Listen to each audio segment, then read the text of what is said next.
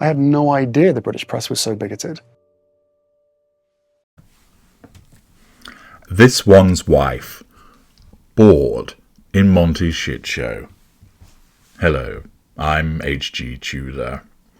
Joseph Wilkes and Jessica Gibb write in the Mirror, key signs this one's wife and Prince Harry are bored of sitting in Monty's shit show with not much to do.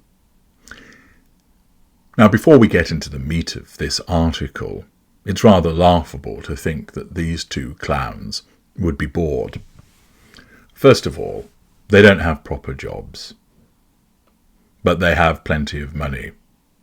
Although that money is dwindling, they still have it, which provides them with an opportunity to do many different things. They have a staff to look after their children. If, for instance, they took more time with their children rather than swanning around without them, 2 young children would actually take up quite a sizable chunk of their time during the course of the day, which would alleviate to some extent the boredom, particularly since the children are now at the age that they can actually be interacted with, assuming, of course, that the children exist. There'd be many parents who would say, I wish I was able not to have to work so that I could spend more time with my children.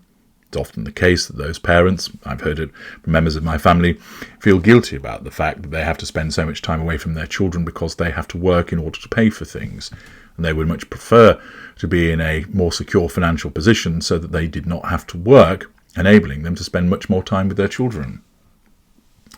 Given the children are at an age where they can interact with them, they're not just babies that lie there and do nothing, that would take up a sizable amount of time. By all accounts, they live in a beautiful house where the weather is often good. You could make use of those gardens, tending to them, perhaps actually turning your hand to doing some work there, rather than employing lots of gardeners, thus saving money and giving yourself something to do. This one's wife could actually sit and start creating some proper content, rather than getting other people to do it or creating nothing at all. Again, that would alleviate the boredom.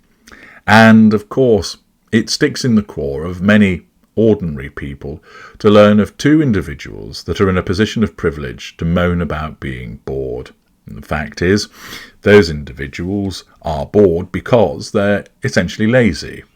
They have everybody else do what needs to be done, so they're not preoccupied with chores and tasks. So, for instance, they are not undertaking the gardening. They're not necessarily looking after the children. There'd be much that the gruesome twosome could do to alleviate this so-called boredom, but they don't, because Harry has only ever led a privileged life, with things being done for him, and this one's wife, because her narcissism always chooses the route of least resistance, is intrinsically lazy also. But the article tells us this one's wife and Prince Harry are showing a few key signs that the estranged royal couple are becoming bored and uncomfortable sitting around in Monty's shit show with not very much to do, according to a royal expert.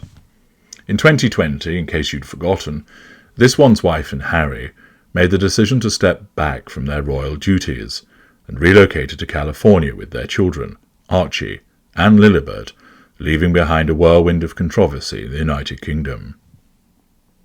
Now, after some time away, questions are being raised about whether this one's wife is genuinely content with their new lifestyle, with one expert claiming the Duchess of Sussex is starting to feel a bit uneasy with her life in the plush, upmarket town of Montecito, home to celebrities like Oprah Winfrey.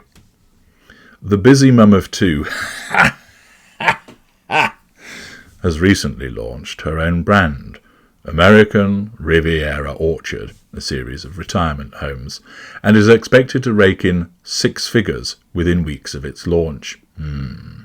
However, as she dives into the workload, it's a stark contrast from the princess life she had envisaged, says royal author and commentator Tom Quinn. It's him again.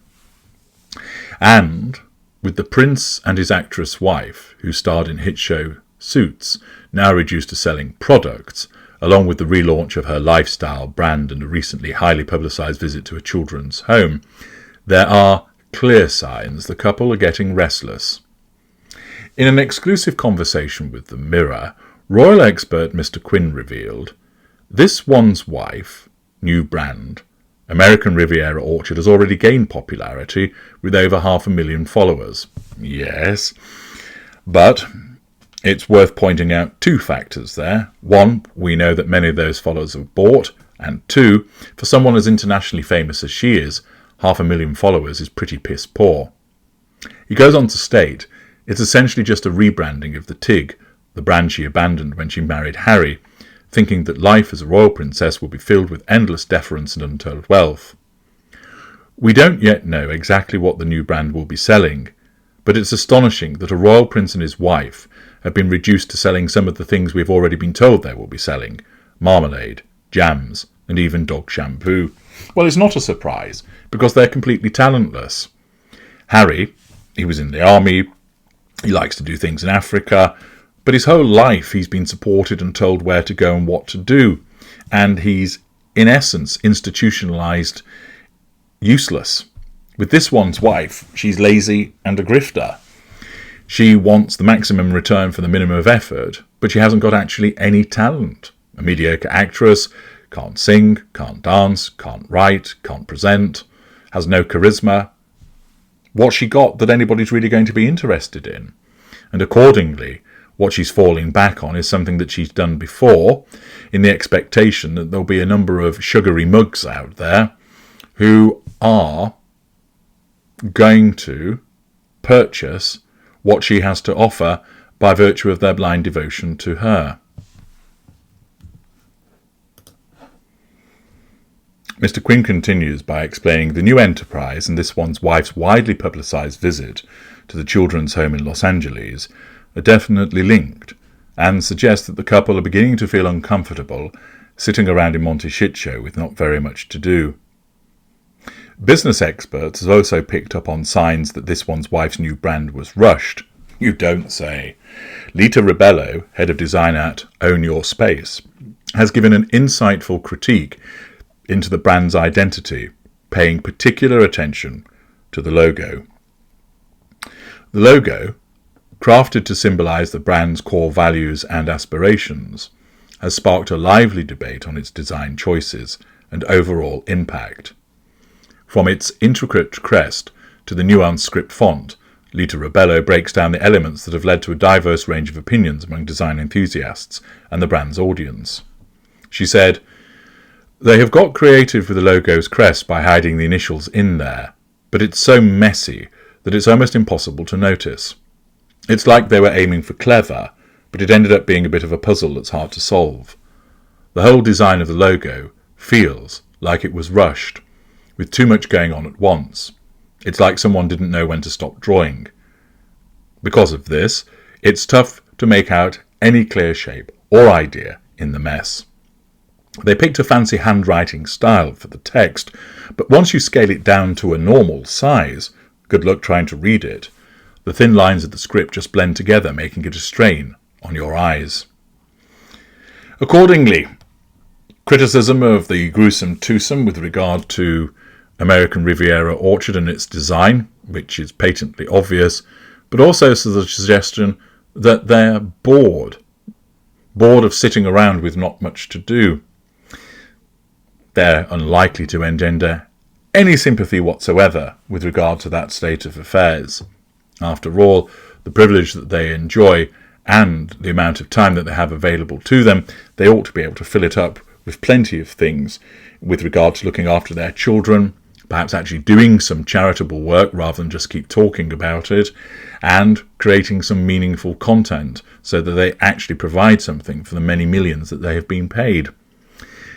It's unsurprising, though, of the laziness of this one's wife. Her narcissism causes her to grift, that she wants to be able to pay paid huge amounts of money for doing very little, because her deluded mind tells her that she is superior to anybody and everybody else. I'm H.G. Judah. Thank you for listening.